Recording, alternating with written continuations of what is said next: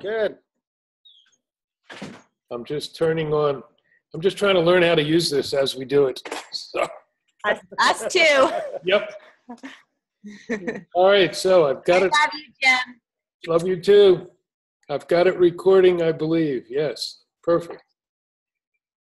So we'll be able to upload this later and have some record we can put on for people to hear. Mhm. So, Sam, tell us just a little bit about yourself. Ja, det är sniddalet Shea Sam Anderson in Sheda Zilkan Shot Hobajan Ajabashin Dokia Ani Edashinala Zilkana Indashin Pinedale Holiede Adenasha. My name's Sam Anderson. I'm originally from originally from Pinedale, New Mexico. And I've been living out here in the valley for over 10 years now, working with preschool kids. So, and that's a little bit about me. Okay. Sam and I met at a retreat in Sedona. And when he was talking about the kids he works with, my whole spirit was just lighting up. And then when he sang and drummed, it was even more incredible. But more important, afterwards, we chatted a bit. And we were talking about Standing Rock, which we'll talk a little bit about today, but also some of the other similar efforts going on.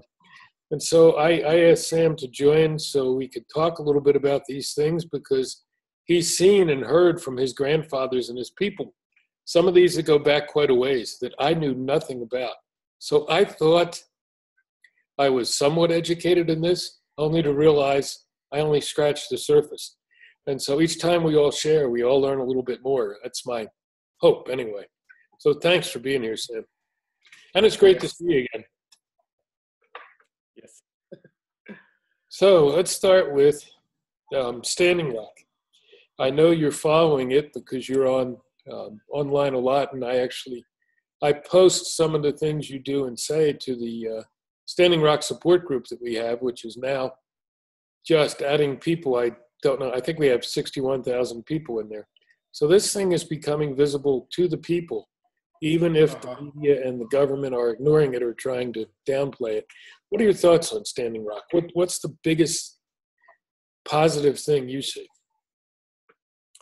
The biggest positive thing is I've seen a lot of people coming together, a lot of different race, all the tribes that have gathered together and stand in prayer and letting the world know that we are standing for Mother Earth and that we're trying to protect the sacredness of the Mother Earth and the water, and we've seen a lot of destruction happening and a lot of our sacred animal have been disappearing. So now is the time that we are standing up and letting our voice heard and coming together, uniting as one people. So that is the biggest positive things that I've seen, and which is good, Yeah, no, and I totally agree. And I love watching people come in from around the world and join into the efforts, even if they can't be there. They're sending energy, they're sending love, they're respecting what's going on and honoring what's going on.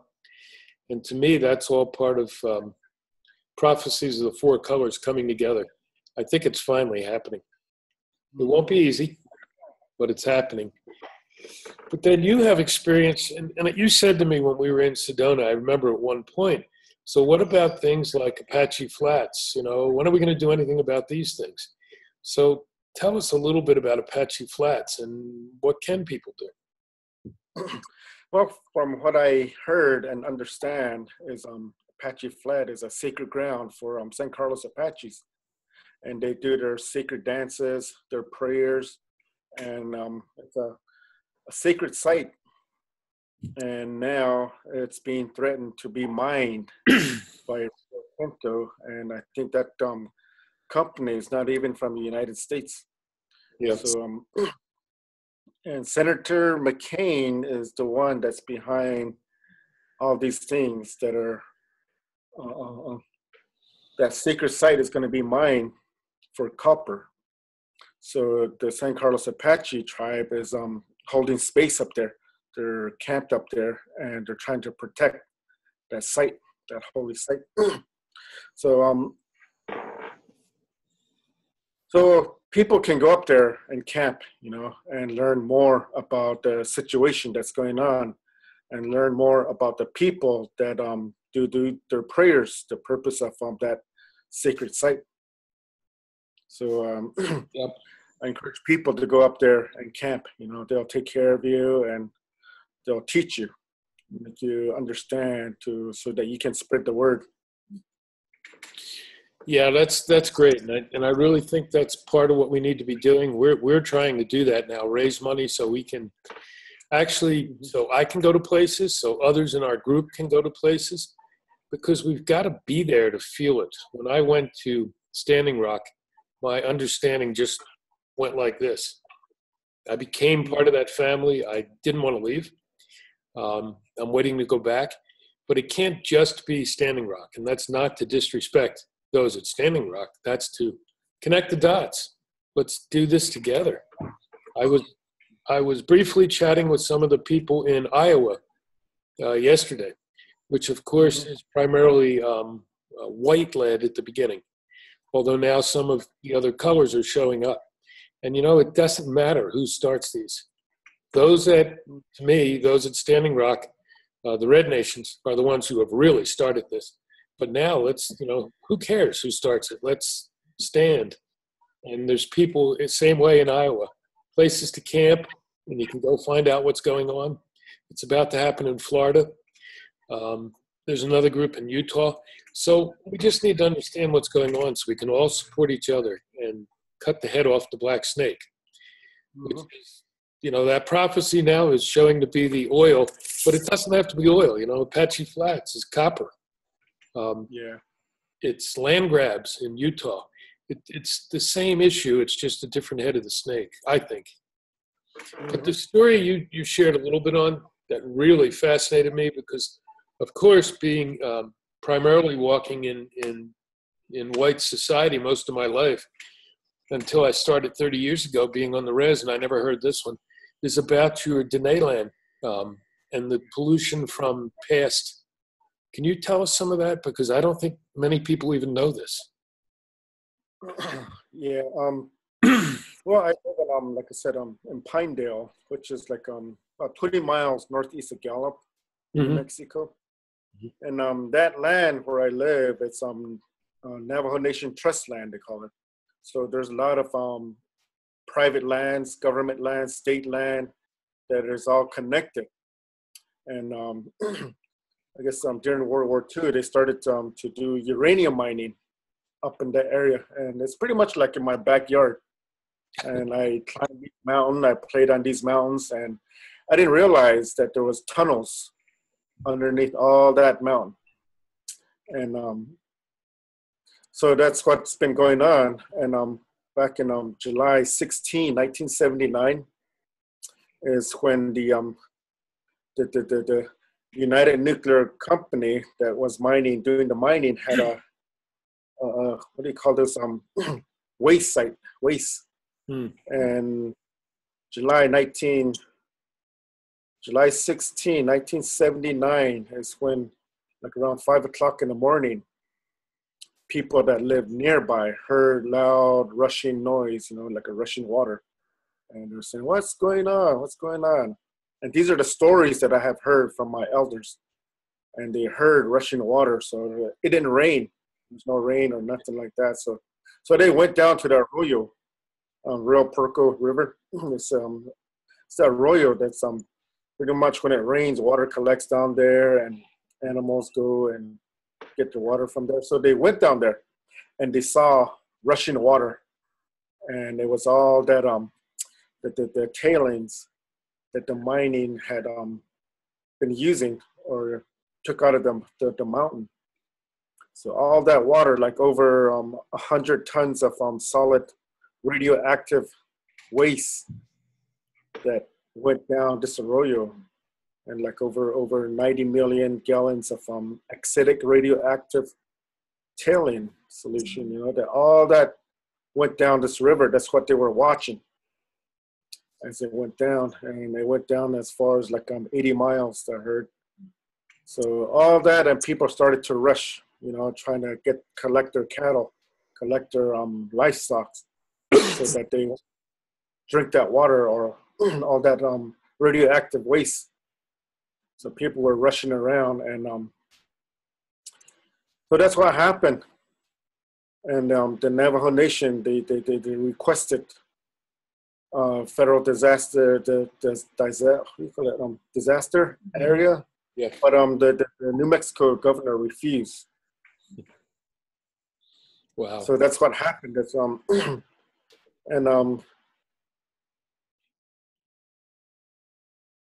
so it was hard to see our elders talking about this, because this was their land where they collect food, where they collect herbs and keep their livestock all around this area. And they came, and this happened, and the mining company did little to clean it up. And after that happened, they hired some local people, and they gave them shovel and 50 gallon barrels, like over, I think it was like close to 1,000 barrels. And they try to scoop at least 3 inches from the top soil of this arroyo bed.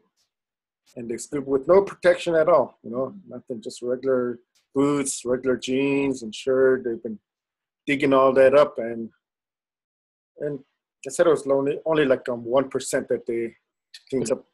Yeah. We just left the rest and just leave it up to the people, and yeah. And Navajos didn't have no resource to really clean that up.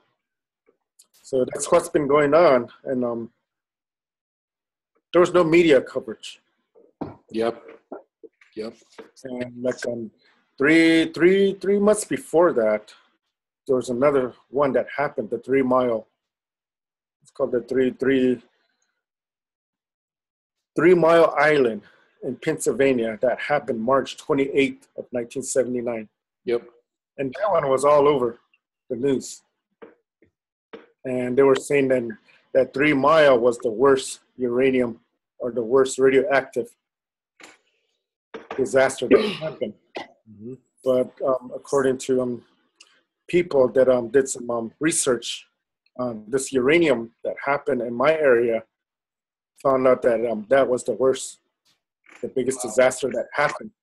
And it didn't go on media or nothing because it was in a Navajo populated area. Mm-hmm. And so that's what happened, Mm-hmm. Just like today, Standing Rock, there's no media coverage. Nope, very little. And what we're getting is if they cover it, they often do not share some of what's really going on. They share some of what's either the oil companies are saying, or the governor is saying, or the sheriff is saying. There's a few exceptions. Lawrence O'Donnell, there's some, but not very much.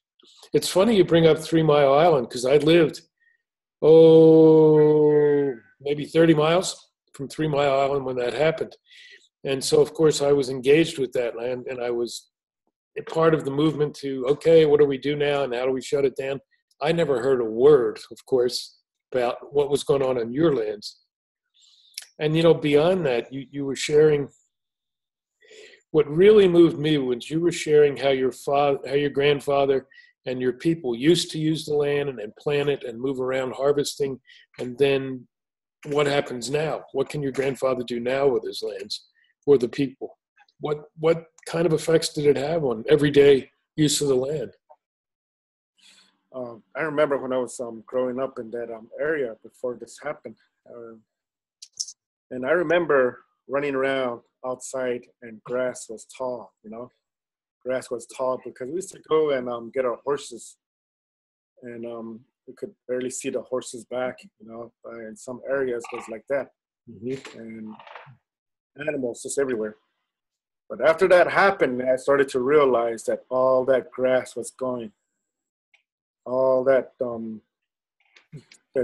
plantation, that all the grass was gone. It was dry. It's nothing but desert since then. And today it's still like that. The topsoil is all ruined. And my grandpa used to have a big field, and people around that area used to have big fields. They used to come together and plant a big cornfield. And then harvest time, they used to come together and harvest. But nothing like that again. It's hard to grow food out there anymore. And then all the wells that was nearby where my grandparents used to get water from. And I've been there to get some water myself, Just take a wagon out there and bring back water. But now all that well is people are afraid to use that well now because it's contaminated. And but they ran pipe from the river now, so but still, all that land has been contaminated. And after that happened in 1981, I guess the government was bringing water, clean water, but in 1981 they stopped bringing water. So that land is just pretty much contaminated, and still it's hard to see all these young ones playing out there. I wonder what's going to happen to them, because we weren't really educated and informed of these situations, what the health risk was. And my elders weren't really informed in that way because they didn't really understand, because they never went into Mother Earth to dig up something like this, Yeah. So when that happened, they're just like, oh, they don't understand. That's what I was getting. Yeah. And it's not like this is contaminated for 10 years, 20 years. This could go for hundreds of years. Yeah. Boy. Yep. And today it's still like back in 2003, the church rock community, they started uranium mining project, and one of my brother was working on that, and he was sealing up the tunnels. He was over there welding it up and putting gates on them. He had long hair, and he noticed that big chunks were starting to come up. Oh, wow. So and then he had to cut his hair short because of that, and he left that job, And it's just too messed up around that area. And some people, they still have livestock that roam in that area, And it's hard to watch. I hear elders praying in the morning, on Mother Earth, to keep it safe, to keep providing for us. But deep down, they're hurting because of what they have done to their land. And it's hard to watch when your elders is praying, shedding tears, And what is going on with Standing Rock. Yes. And all those people that are destroying the land, it's hard. You see elders praying and asking the younger generation to rise up. And they've heard, which is happening now. Yep. Some of our elders are happy, They're happy. Yeah. I guess I've been saying, and I don't mean it to be flip or sound anything like that, but with Standing Rock and the other things starting to happen, that those of us who care, those who are part of it, we've already won because of what you're saying. The people are coming together. The elders are leading.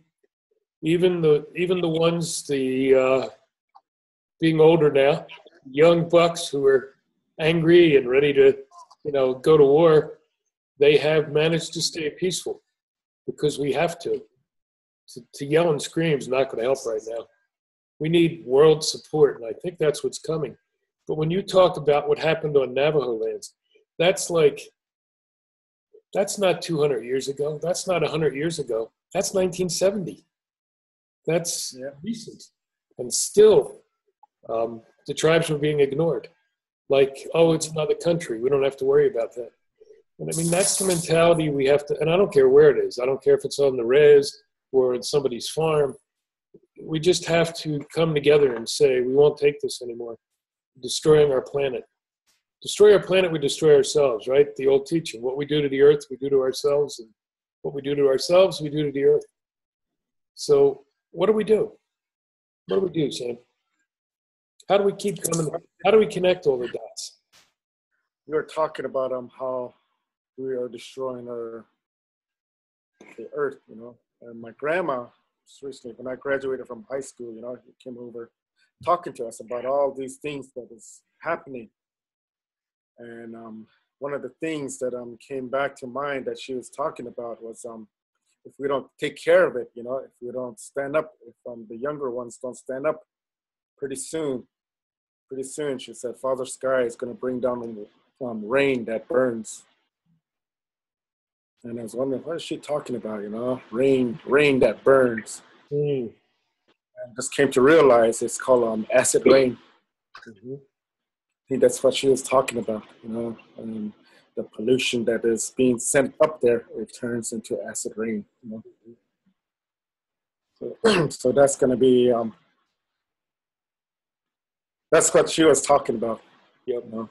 And yep. Now we just need to keep teaching, you know, how, so I was talking to you about the medicine wheel, the teachings of the medicine wheel. Yes. You know, all the four sacred colors represents the race. Yes. And so each of that race have a special gift that they're bringing into the circle. So we need to realize that gift, and that gift that we're bringing to the circle is how we are going to take care of Mother Earth. You know, we're going to give that life back to Mother Earth.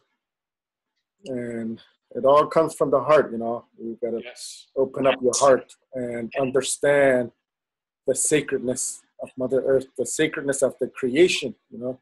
We are just part of the web of life, you know. Now we're starting to cut. Pretty soon, there's only going to be a little bit of strings to hold it together. And we need to rebuild that strain from our heart. And we need to understand, you know, all the things that are sacred to us. Mm-hmm. The teachings, the songs, the prayers that have been passed down from generation to generation. You know, and some of these teachings have blended into the main society. Yep. And it has overcame a lot of our younger generation of what's going on into the main in the main society, you know, and they're starting to forget. So we need to bring them back and bring them back to the sacred land and teach them. This is what it is. This is how it is. This is our way of life. You know, continue to utilize Mother Earth in that way. You know, and keep that sacredness going. So we need to step up and teach and pray. Just like what's going on today, non-violence, you know, non-violence. It's all coming from the heart. Mm-hmm. And we need to connect that heart to everybody. Mm-hmm. Even the law enforcement that are bringing that aggression, you know, they don't really understand what they are doing. They don't really understand the sacredness of Mother Earth, the sacredness of the water. Mm-hmm. So they need to open their heart and bring that in. Mm-hmm. And it's going to change their way of thinking of all that aggression. That's how they were taught, I guess. Yes. But we need to keep it going. We need to keep it going, keep their prayers going, and keep that love growing in our hearts and pass it on to the younger generation. The peer person that's standing next to you, you know, mm-hmm. standing behind, standing in front of you. We need to start teaching ways and express that love. Yeah, I think you're right, and we need to share the teachings amongst ourselves too.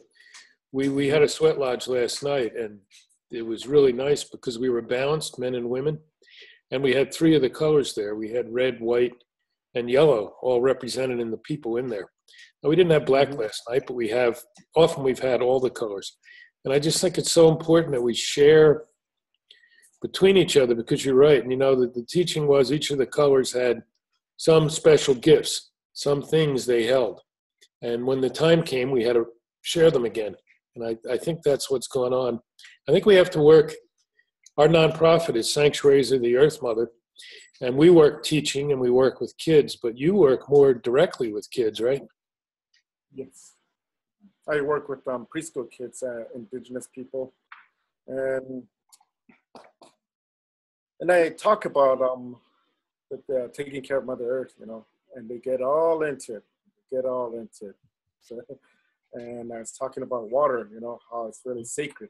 And one of the young persons said, "Oh, how, Mr. Sam? If you throw trash in the water, all the people are going to get sick."